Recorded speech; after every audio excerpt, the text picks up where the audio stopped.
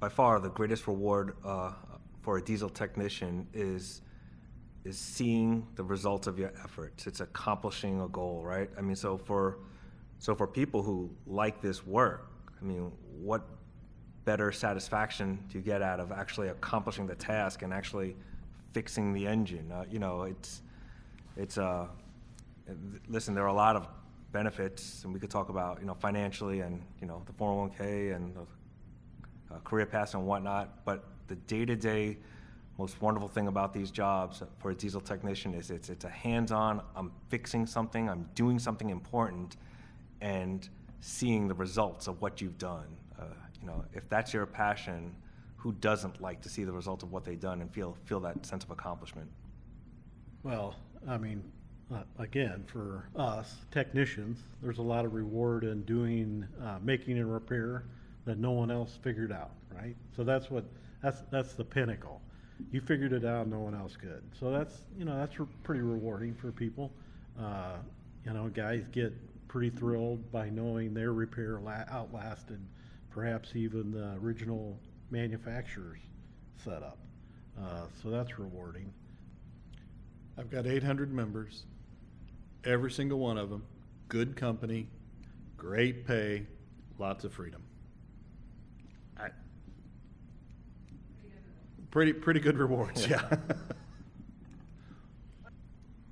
I think about freedom.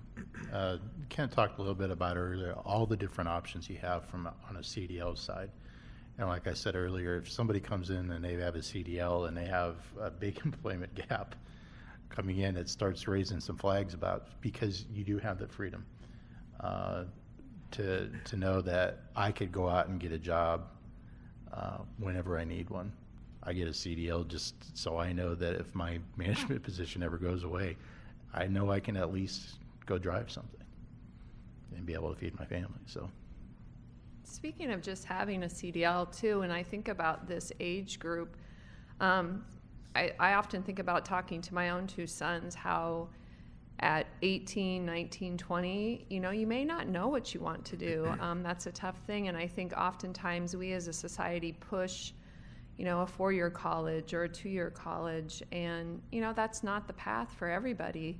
And I know a lot of our management keeps their CDL up to date, and they don't get rid of it because it's something they can always fall back on later in life if they choose to make that decision or if something were to happen with their position. So I think as far as getting a CDL, I don't want to say it's easy, but it's an opportunity, and if you find you like it, but later on in life, 2 years, 3 years down the road, if you want to come back to that and you tried something else you didn't like, for many people, if that's something that sparks an interest as far as getting a CDL, I think it's a great thing to kind of have in your side pocket if you don't want to initially use it and then come back to it. So that's a good thing.